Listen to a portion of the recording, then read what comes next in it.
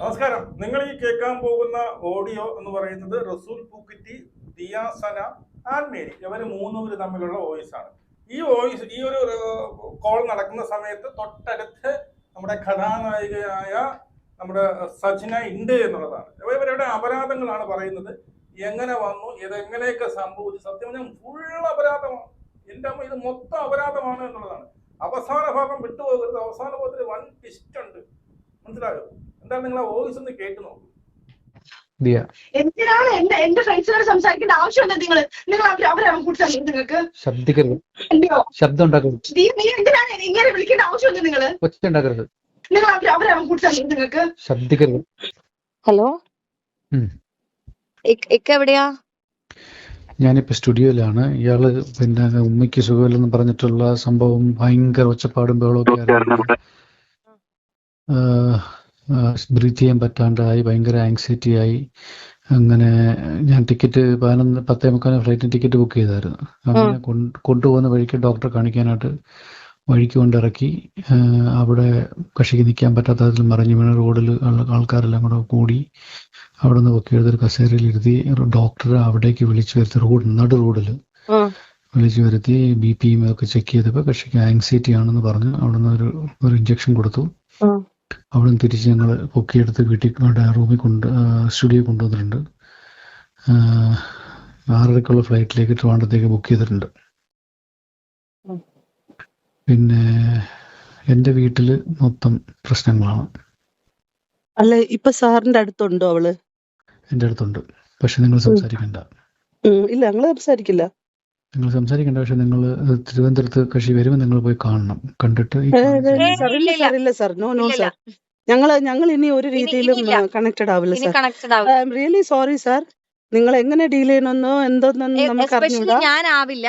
എന്നാ വെച്ചാൽ ദിയയ്ക്ക് അയച്ച വോയിസ് മെസ്സേജിലുണ്ട് ഇക്കായ്ക്ക് എന്നോട് ദേഷ്യാന്നാ പറഞ്ഞത്. അപ്പൊ അങ്ങനെയുള്ളടത്ത് പിന്നെ നമ്മൾ ഇക്കായ്ക്ക് വേണ്ടി പോലും ഞാൻ ഒന്നും ചെയ്യുന്നില്ല. കാരണം കഴിഞ്ഞ പ്രശ്നത്തില് ഇക്ക എന്നെ തെറ്റിദ്ധരിച്ച്, ഇക്ക ഒരു കാര്യം മനസ്സിലായി, കഴിഞ്ഞ പ്രശ്നത്തില് എന്നെ തെറ്റിദ്ധരിച്ച് ഇക്ക പറഞ്ഞെന്നാണ് പറയുന്നത് ഞാനാണ് കുഴപ്പങ്ങൾ ഉണ്ടാക്കിയെന്ന്. അത് അങ്ങനെയാണോ ഇക്ക? അങ്ങനെയാണോ? എനിക്കറിയത്തില്ല. നിങ്ങൾ എല്ലാരും കൂടി മാനിപ്പുലേറ്റ് ചെയ്ത് വെച്ചേക്കുന്ന കാര്യങ്ങൾ എനിക്കറിയത്തില്ല. ഇത് അറിഞ്ഞിട്ട് എന്റെ അമ്മ ബോധം കെട്ട് വീണ് ഈ ഹോസ്പിറ്റലിൽ കൊണ്ടുപോയി ഞങ്ങൾ ഇപ്പൊ തിരിച്ചു കൊണ്ടുവരുന്ന സമയമാണ്. ഞാൻ പറയട്ടെ അന്നമ്മ, ഞാൻ അങ്ങനെയല്ല പറഞ്ഞിട്ടുള്ളത്.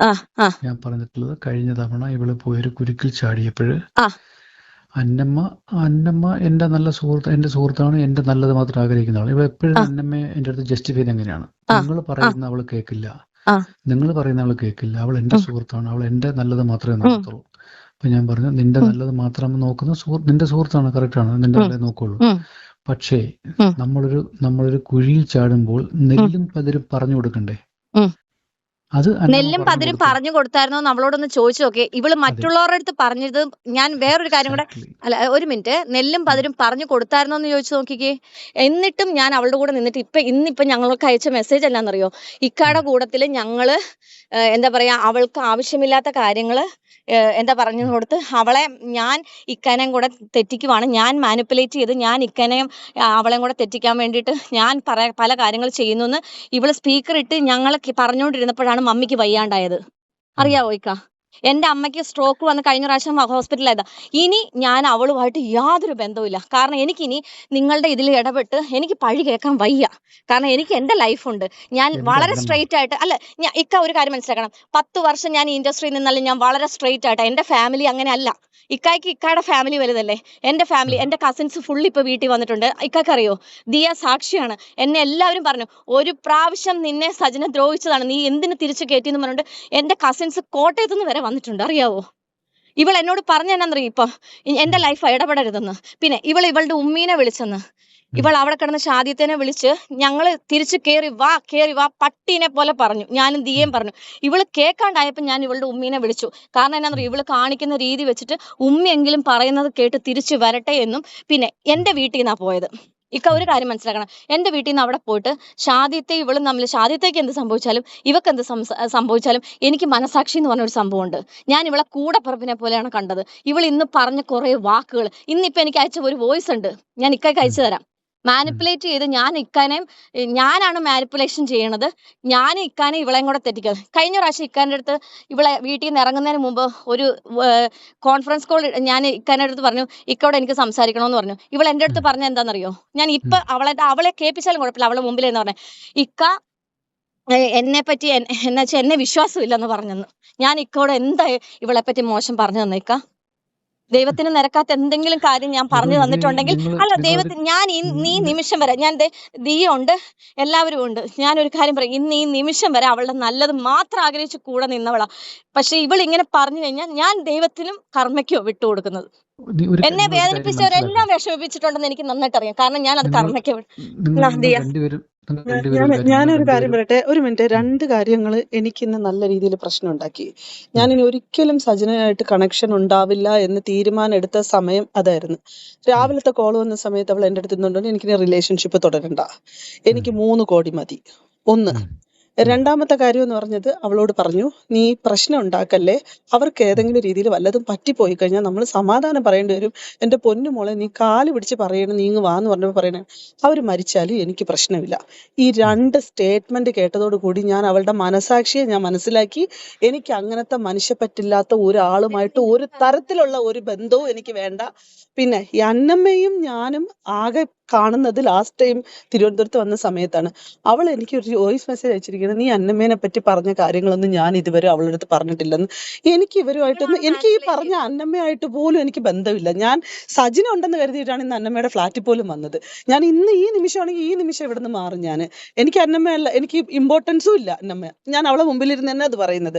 പക്ഷേ അവള് ഓരോ സാധനങ്ങളും ക്രിയേറ്റ് ചെയ്തുകൊണ്ടിരിക്കുന്ന ഈ സാധനം കാണുമ്പോൾ എന്നോടും പറയുന്നു, നിങ്ങൾ പരസ്പരം അങ്ങോട്ടും ഇങ്ങോട്ടും മാറിയും തിരിച്ചും എന്റെ ലൈഫിനാണ് അത് പ്രശ്നമായിക്കൊണ്ടിരിക്കുന്നത്. ഞാനൊരു കാര്യം പറയാം, നിങ്ങൾ രണ്ടുപേരും ഒരു കാര്യം മനസ്സിലാക്കുക, നിങ്ങൾ രണ്ടുപേരും അയാളുടെ സുഹൃത്തുക്കളാണ്. അപ്പൊ എനിക്ക് നിങ്ങളോട് പറയാൻ പറ്റുമെന്ന് എനിക്ക് അറിയത്തില്ല സാർ. ഞങ്ങളിപ്പോ പറയാണ്, ഷാദിത്തായിട്ട് ബന്ധപ്പെട്ടിട്ട് അവർക്ക് എന്തെങ്കിലും സഹായം നമ്മളിൽ നിന്ന് ആവശ്യമുണ്ടോ?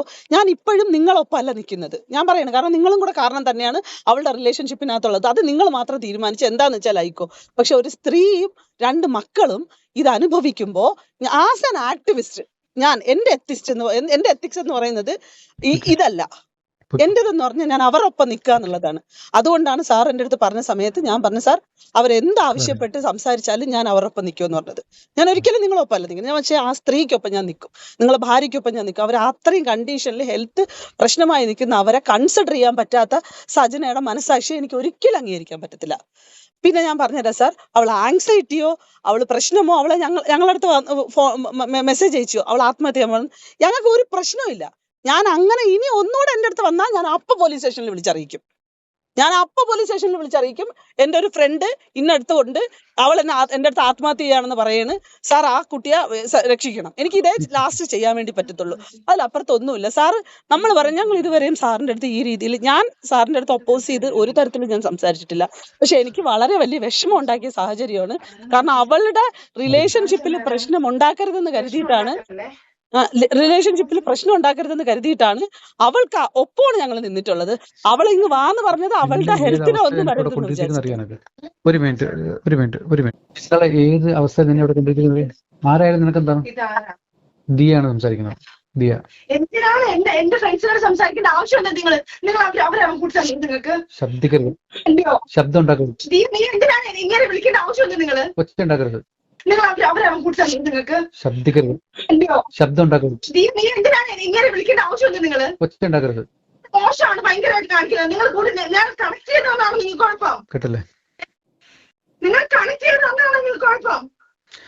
നിങ്ങൾ ഫോൺ വെക്കൂ. ഞാൻ ഇപ്പൊ ഏത് അവസ്ഥയിലാണ് പ്രത്യേകിച്ച് ഇവിടെ കൂടെ കൊണ്ടുവന്നിരിക്കുന്നത് നിങ്ങൾക്ക് അറിയാം. നിങ്ങളിപ്പോ സമാധാനമായിട്ടിരിക്കും. ഞാനൊരു കാര്യം പറയട്ടെ, ഇവള് കിടന്ന് കാണിക്കുന്ന സാധനത്തിനകത്ത് നിങ്ങൾ വീണ്ടും നിന്ന് കൊടുക്കണ്ട. നിങ്ങൾ ഓൾറെഡി ഇപ്പൊ പ്രശ്നത്തിലായിട്ടുണ്ട്.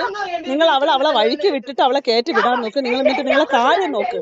ഇതിൽ എന്തെങ്കിലും സംഭവിച്ചാലും അത് ഫേസ് ചെയ്യാൻ വേണ്ടിയിട്ട് സാറ് സന്നദ്ധനായിട്ട് നിൽക്കുക. ഓക്കെ, അത്രേ ഉള്ളൂ.